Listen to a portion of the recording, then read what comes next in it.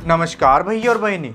देखिए आज हम पढ़ने वाले हैं chemical properties of acid and base, यानी कि जो एसिड और बेस है उसकी केमिकल प्रॉपर्टीज के बारे में। जैसा कि जानते होंगे क्लास 10th के केमिस्ट्री का एक चैप्टर है एसिड बेस एंड सॉल्ट, तो उसी के बीच में इतना इंपॉर्टेंट टॉपिक आता है जो कि गारंटी के तौर पर आपके एग्जाम में हमेशा पूछा जाता है। तो आज हम यही chemical properties of acid and base के बारे में पढ़ने वाले हैं। तो देखो सबसे पहले शुरुआत करते हैं रिएक्शन विथ मेटल, यानी कि जब एसिड और बेस कभी भी मेटल के साथ रिएक्ट करते हैं तो क्या बनाते हैं। तो देखो जब भी एसिड रिएक्ट करता है मेटल के साथ तो बनाता है साल्ट और हाइड्रोजन गैस निकलती है।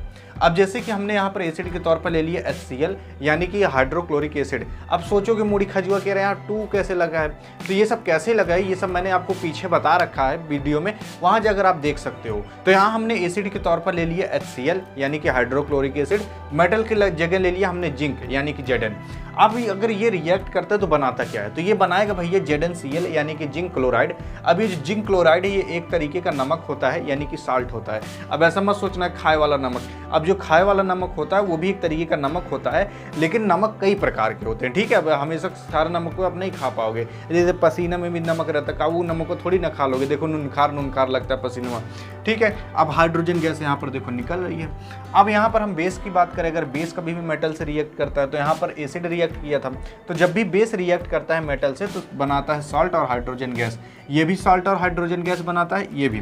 ठीक है, अब यहाँ पर हमने बेस के तौर पर ले लिया 2NaOH यानी कि सोडियम हाइड्रोक्साइड, और Zn ले लिया जिंक मेटल की जगह। अगर ये दोनों रिएक्ट करेंगे तो एक नमक बनाएंगे और इस नमक का नाम रहेगा Na2ZnO2। अब ये क्या है, सोडियम जिंकेट है और हाइड्रोजन गैस निकलेगी। तो इस तरीके से आप देखोगे एसिड और बेस क्या किए, रिएक्ट करके एक तो साल्ट बना रहे हैं और एक तो हाइड्रोजन गैस निकाल रहे हैं। अब ये जो हाइड्रोजन गैस निकल रही है, तो कोई पूछ ले कि यह हाइड्रोजन गैस दोनों में निकल रही है, इसको आप प्रूफ करो, तो आपकी बुक में दिया गया है एक तो चित्र बनाकर। तो उसमें क्या है कि जो हाइड्रोजन गैस निकलती है ना, तो उसे प्रूफ कैसे किया जाता है ये जान जाओ। अब जैसे कि मान लो जहाँ से हाइड्रोजन गैस निकल रही है वहाँ पर आपको एक मोमबत्ती लेकर आनी है जलाकर, और जहाँ से हाइड्रोजन गैस का बबल निकल रहा है तो वहीं पर मोमबत्ती ले आओगे ना, तो देखोगे पॉप साउंड करके वो फट जाएगा। तो जब वो फटेगा तो वही है प्रूफ भैया कि हाइड्रोजन गैस फट रहा है। तो अगर आपको इसका स्क्रीनशॉट लेना हो तो ले लो। तो अब नेक्स्ट आता है reaction of acid with metal carbonate, यानी कि जब एसिड मेटल कार्बोनेट के साथ रिएक्ट करता है तो क्या बनाता है। तो देखो जब भी एसिड मेटल कार्बोनेट के साथ रिएक्ट करता है तो साल्ट और CO2 निकलता है और H2O बनता है। अब यहाँ पर हम एक एग्जांपल लेते हैं, जैसे 2HCl हो गया। HCl का मतलब क्या है, एसिड हो गया। Na2CO3 हो गया यानी सोडियम कार्बोनेट हो गया। अब ये मेटल कार्बोनेट है, सोडियम कार्बोनेट। अब यहाँ पर देखोगे जब ये दोनों रिएक्ट करते हैं तो बनाते हैं 2NaCl जो कि एक नमक होता है, और CO2 निकलता है और H2O बनता है। लेकिन यहाँ पर बहुत बच्चे मूड़ी खजुआक सोचते हैं यार कि यार कभी कभी आप यहाँ 2 ला देते हो तो मैं कैसे लाऊंगा, मुझे तो याद ही नहीं रहेगा ये चीज़। कभी कभी आप केवल HCl लिखते हो। तो यहाँ पर आपको बस एक चीज़ ध्यान देने की ज़रूरत है कि इस चीज़ को, जैसे यहाँ 2 लगा है, यहाँ पर 2 लगा है, तो ये चीज़ कब लगता है, तो इसे हम कहते हैं केमिकल इक्वेशन को बैलेंस करना। इसको बिना सीखे आप ये सब नहीं कर पाओगे, और ये नहीं कर पाओगे तो आपके एग्जाम में अच्छा नंबर नहीं आएगा। हाँ या ना, तो हाँ। तो आप देखो इसको सीखने के लिए आप केवल डाल सकते हो केमिकल इक्वेशन बाय डियर गुरु, तो भन्ने से ऊपर आ जाएगा, देख लेना। अब देखो ये हमने बात कर लिया reaction of acid with metal carbonate. अब हम बात करते हैं reaction of acid with metal hydrogen carbonate, यानी कि इसमें हाइड्रोजन आ जाएगा बस। तो यहाँ पर देखो कि एसिड जब मेटल हाइड्रोजन कार्बोनेट के साथ रिएक्ट करता है तो ऊपर जो बना रहा था वही सेम चीज़ यहाँ पर भी बनाएगा, साल्ट, CO2 और वाटर। अब देखो जैसे हमने यहाँ पर एसिड की जगह HCl ले लिया। अब देखो मूडी खजुआरों के यहाँ पर 2 नहीं लिखा है, यहाँ पर लिखा है, तो इसे कहते हैं केमिकल इक्वेशन बैलेंस करना। अब ये कैसे होगा वो वहाँ सीखना, यहाँ बताऊँगा तो बड़ा देर लग जाएगा। तो HCl हो गया एसिड की जगह, और मेटल हाइड्रोजन कार्बोनेट की जगह हमने ले लिया सोडियम हाइड्रोजन कार्बोनेट। अब देखो कि जब ये रिएक्ट करेगा तो बनाएगा NaCl जो कि एक नून होता है, मतलब नमक होता है, और CO2 आ गया और H2O आ गया। तो इस तरीके से मेटल हाइड्रोजन कार्बोनेट और मेटल कार्बोनेट रिएक्ट करते हैं। लेकिन अगर आप मूडी खजुआक देखोगे तो यहाँ पर देखो दोनों में CO2 आ रहा है। ठीक है, तो इसे आप कैसे प्रूव करोगे, क्योंकि CO2 तो गैस होता है, तो गैस आप कैसे प्रूफ करोगे कि भैया गैस निकल रही है, क्योंकि वो तो दिखेगा नहीं। तो इसको प्रूफ करने के लिए हमें क्या करना पड़ेगा, ये जो CO2 है उसको लाइम वाटर से पास करना पड़ेगा। जैसे ही आप इससे पास करोगे तो लाइम वाटर हो जाता है मिल्की, यानी थोड़ा दोदाहिन टाइप का हो जाएगा। और जैसे ही लाइम वाटर मिल्की हो जाता है तो CaCO3 और H2O को फॉर्म करता है। CaCO3 का मतलब कैल्शियम कार्बोनेट और H2O यानी पानी। अब देखो जैसे इन दोनों से CO2 पास होगा तो ये फॉर्म कर लेते हैं CaHCO3 यानी कैल्शियम हाइड्रोजन कार्बोनेट। अब इसके बाद ये जो कैल्शियम हाइड्रोजन कार्बोनेट रहता है ये भगवती धारा कलरलेस रहता है, यानी कि दिखता ही नहीं है। तो जब ये कलरलेस वाला फॉर्म हो जाता है तो हम मान लेते हैं कि भैया यहाँ से CO2 पास किया गया है, तो हम मान लेते हैं कि भैया CO2 यहाँ निकल रहा है। अब देखो यहाँ पर जब भी कलरलेस आता है तभी हम मानेंगे कि CO2 आया था यहाँ पर। अगर ये कलरलेस नहीं रहेगा तो यानी कि CO2 यहाँ पर नहीं प्रूफ कर पाए हो। ठीक है, तो इस तरीके से आपको प्रूफ करना रहता है, लेकिन आप इसको एग्जाम में बहुत बढ़ा चढ़ा के लिखना ताकि अच्छा नंबर मिले। तो यहाँ पर आपने ये तो जान लिया, जब भी एसिड रिएक्ट करता है मेटल हाइड्रोजन कार्बोनेट या फिर मेटल कार्बोनेट के साथ तो क्या बनाता है। अब मोड़ी खजुआ सोचो कि अगर हम बेस के साथ पढ़ना तो कैसे पढ़ेंगे। तो देखो जो बेस होता है ये भगवती धारा आपके लिए बहुत आसान कर दिया है। जो बेस रहता है वो not react with metal carbonate and metal hydrogen carbonate, ये रिएक्टे नहीं करता है। अब जब रिएक्टे नहीं करना तो पढ़ना ही नहीं पड़ेगा। तो लेकिन एग्जाम में यही पूछ लेगा कि कौन सी चीज़ है जो कि इन दोनों से रिएक्ट नहीं करती, भरने से मार देना बेस बी पे। तो आई होप इसके बारे में आप समझे होगे। अभी और भी रिएक्शन बाकी है, उसको आगे समझते हैं, लेकिन इसका स्क्रीनशॉट लेना हो तो ले लो। तो अभी तक हमने एसिड को किसी और के साथ रिएक्ट कराया, बेस को किसी और के साथ रिएक्ट कराया, लेकिन एक बार अपनी मूड़ी खजुआ के पेट से सोचो कि अगर हम एसिड और बेस को आपस में रिएक्ट करा दे तो क्या होगा। तो यहाँ पर बहुत अचंभित चीज़ होती है और ये आपके एग्जाम के पॉइंट ऑफ व्यू से बहुत ज़्यादा इंपॉर्टेंट है, यहाँ से क्वेश्चन आना तय रहता है। तो जब भी हम एसिड और बेस को आपस में रिएक्ट करा देते हैं तो सॉल्ट और वाटर फॉर्म होता है, यानी कि नमक पानी फॉर्म होता है। तो अगर आपके घर में कभी भी कोई मांगे कि भैया नमक पानी दे दो, तो उनको एसिड बेस मिला के दे देना, नमक पानी हो जाएगा देना मत कभी, ठीक है। तो देखो मतलब नमक पानी फॉर्म होता है। अब इसका एग्जाम्पल देखो, जैसे HCl यानी हाइड्रोक्लोरिक एसिड ले लो तो ये एसिड हो गया, और NaOH क्या होता है, बेस होता है, यानी कि सोडियम हाइड्रोक्साइड। अब अगर आप इन दोनों को रिएक्ट कराओगे तो NaCl फॉर्म होता है और H2O फॉर्म होता है। NaCl एक तरीके का नमक होता है और H2O पानी होता है। तो नमक और पानी फॉर्म हुआ कि नहीं हुआ। तो इस तरीके से आप नमक और पानी में बना सकते हो बिना नमक और पानी लिए अब देखो यहाँ पर ये जो हमारा एसिड और बेस का रिएक्शन होता है इसको हम एक नाम से और जानते हैं, इसे हम कहते हैं न्यूट्रलाइजेशन। अभी न्यूट्रलाइजेशन क्या होता है आप बहुत बार सुने होगे, लेकिन आज एकदम डिटेल से जान भी जाओगे। तो देखो when acid and base react with each other is called neutralisation. अब यहाँ पर इसका मतलब क्या होता है और ये इस्तेमाल कहाँ होता है इसको जान जाओ। देखो जब भी एसिड और बेस रिएक्ट करते हैं तो उसे हम न्यूट्रलाइजेशन कहते हैं। न्यूट्रलाइजेशन का मतलब ये होता है कि वो चीज़ न्यूट्रल हो गई है, ना तो वो एसिड की तरह रह जाएगी ना तो बेस की तरह रह जाएगी जब दोनों रिएक्ट कर जाते हैं। तो यहाँ पर देखो बाद में क्या फॉर्म हुआ, सॉल्ट और वाटर। अब जो सॉल्ट है वो तो ना तो एसिड है ना तो बेस है, बीच का है, और वाटर क्या है वो तो पानी है भैया, सिंपल सा। तो यहाँ पर देखोगे ना तो एसिड रहा ना तो बेस रहा अंतिम में, तो इसे हम न्यूट्रलाइजेशन कहते हैं। देखो जब गड़ियाँ न्यूट्रल पे चली जाती है तो चल भी नहीं करती है। लड़कों को पता होगा, लड़कियाँ भी जब गाड़ी उड़ी चलाएंगे तो उनको भी पता चलेगा। अब देखो ये सारी चीज़ हमारे पेट में भी होती हैं। जैसे कि जब हम खाना खाते हैं तो आप सुने होगे या फिर कौनो जमाने में पढ़े होगे कि यार हमारे पेट में HCl होता है।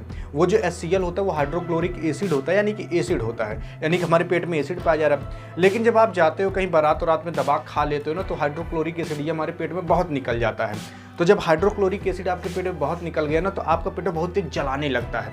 तो जब पेट जलने लगता है तो आदमी को लगता है आग लगी है, जाकर डॉक्टर के यहाँ कहता है भैया धुआंनेस पाद आ रही है, मतलब धुआंनेस मतलब पेटवा हो रहा है, ठीक है, ढेकार ओकार आ रही है। तो अब क्या करें, तो अब डॉक्टर कहता है कि जाकर इनो पी लो। अब ये जो इनो होता है वो बेसिक नेचर का होता है। अब आपके पेट में है एसिड और आप पे लिए बेस, तो अंदरवा जाकर एसिड बेस हो जाता है न्यूट्रल, और वो न्यूट्रल क्या कहलाता है भैया, यानी कि सॉल्ट और वाटर फॉर्म हो गया, यानी कि आपके पेट में ना तो अब एसिड रहा ना तो बेस रहा, नमक पानी बन गया है। उसी को हम न्यूट्रलाइजेशन कहते हैं, समझ गए।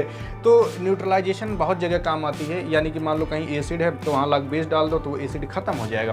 तो इसे हम न्यूट्रलाइजेशन कहते हैं। ये बहुत अच्छा मतलब बहुत तरीके से इसको इस्तेमाल किया जा सकता है। अब देखो ये क्या होता है, इन दिस H+ और OH- आयंस ये दोनों इन्वॉल्व होते हैं इसको जनरेट करने में। ये मैंने आपको पिछले वीडियो यानी कि पिछले जन्म वाली वीडियो में ही बता दिया था, ठीक है। अब हम बात करते हैं reaction of acid with metallic oxide. जब मेटालिक ऑक्साइड के साथ एसिडवा रिएक्ट करता है तो क्या बनाता है। आपको मैं बता दूं जो मेटल ऑक्साइड यह है ये एक तरीके का बेस होता है, बेसिक नेचर का होता है, ठीक है। तो जब भी एसिड और बेस रिएक्ट करेंगे तो क्या बनाएंगे भैया, नमक और पानी बनाएंगे। तो लेकिन यहाँ पर मेटालिक ऑक्साइड है तो मेटालिक ऑक्साइड भी बेसिक नेचर का होता है, थोड़ा बहुत ऐसा जान जाओ। तो यहाँ पर जब ये बेसिक नेचर का और ये एसिड है तो नमक और पानी बनाएंगे, सिंपल सी बात है।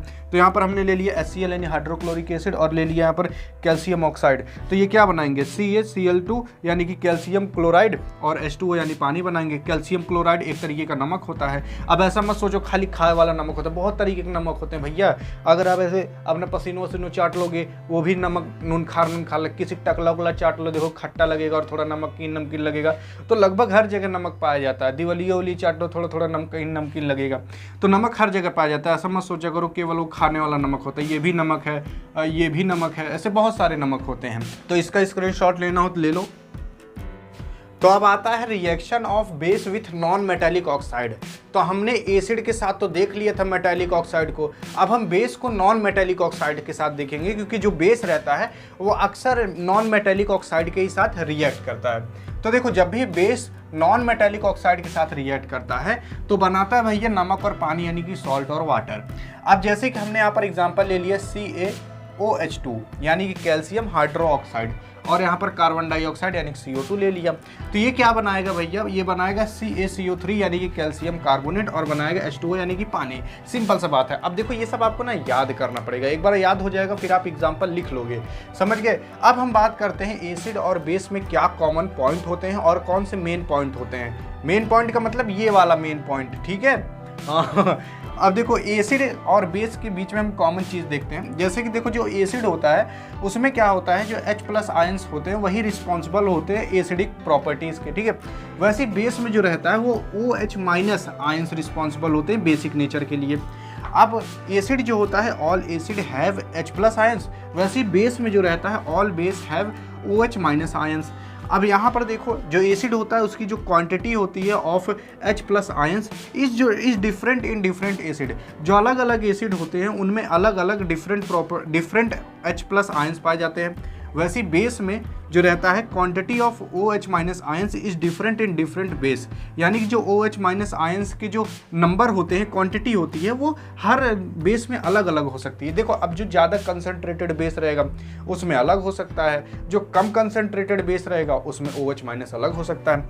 अब मान लो जो ज़्यादा कंसनट्रेटेड एसिड है उसमें ज़्यादा H+ आयंस होंगे, और जो कम कंसनट्रेटेड एसिड है उसमें कम H+ आयंस होंगे। तो इस तरीके से वेरी कर सकता है जो H+ आयंस है उन सब की क्वांटिटी। तो अगर आपको स्क्रीनशॉट लेना हो तो इसका ले लो। तो अभी तक हमने एसिड और बेस को बहुत जगह डाल कर देख लिया। एक बार हम एसिड और बेस को पानी में डालकर देखते हैं तब क्या होता है। तो देखो जब भी आप एसिड को वाटर यानी पानी में डालोगे तो एसिड के पास होते हैं H+ आयन। H+ आयन यानी हाइड्रोजन पॉजिटिव आयन होते हैं। तो जब भी ये हाइड्रोजन पॉजिटिव आयन H2O यानी पानी में जाते हैं, तो देखो यहाँ मैं एसिड नहीं लिख रहा हूँ क्योंकि एसिड के पास ही H+ आयन होते हैं। तो जब भी H+ आयन वाटर यानी पानी में जाते हैं तो H3O+ फॉर्म करते हैं, जिसे हम हाइड्रोनियम आयन कहते हैं। अब ऐसा क्यों होता है? तो ऐसा इसलिए होता है क्योंकि जो एसिड का H+ आयन रहता है ये कभी भी अकेले नहीं रहना चाहता। ये सोचता है भैया कोई आ जाए उसके साथ में, मतलब उसके साथ मैं लग जाऊं, ऐसा उसका मानना रहता है। तो ये क्या करता है, जैसे इसके साथ H2O का पाता है तो ये H के साथ जाकर जुड़ जाता है तो H3 हो जाता है, तो H3O+ हो जाता है, जिससे कि हम हाइड्रोनियम आयन कहते हैं। तो जब भी एसिड को पानी में डाला जाता है तो हाइड्रोनियम आयन फॉर्म होता है, समझ गए। अब देखो क्या होता है, यहाँ पर हम देखते हैं, देखो एक कंटेनर है उसके अंदर पानी है यानी H2O है। यहाँ पर हमने भला के एसिड डाला जिस एसिड का नाम था HCl। HCl एसिड है यानी कि इसके अंदर H+ आयन होंगे, तो इसके जो H+ आयन रहते हैं वो H2O से जाकर जुड़ जाते हैं तो यहाँ H3 हो जाता है। तो देखो H3O+ हो गया। अब यहाँ पर देखोगे या भगवती धरा HCl के पास Cl भी था तो Cl- इसके अंदर ऐसे घंघोरता रहेगा, मतलब उसी में रहेगा, तो HCl रहता है उसी में। तो जब भी एसिड को वाटर में डाला जाता है तो हाइड्रोनियम आयन फॉर्म होता है, बस इतना हमें जानना था इसमें।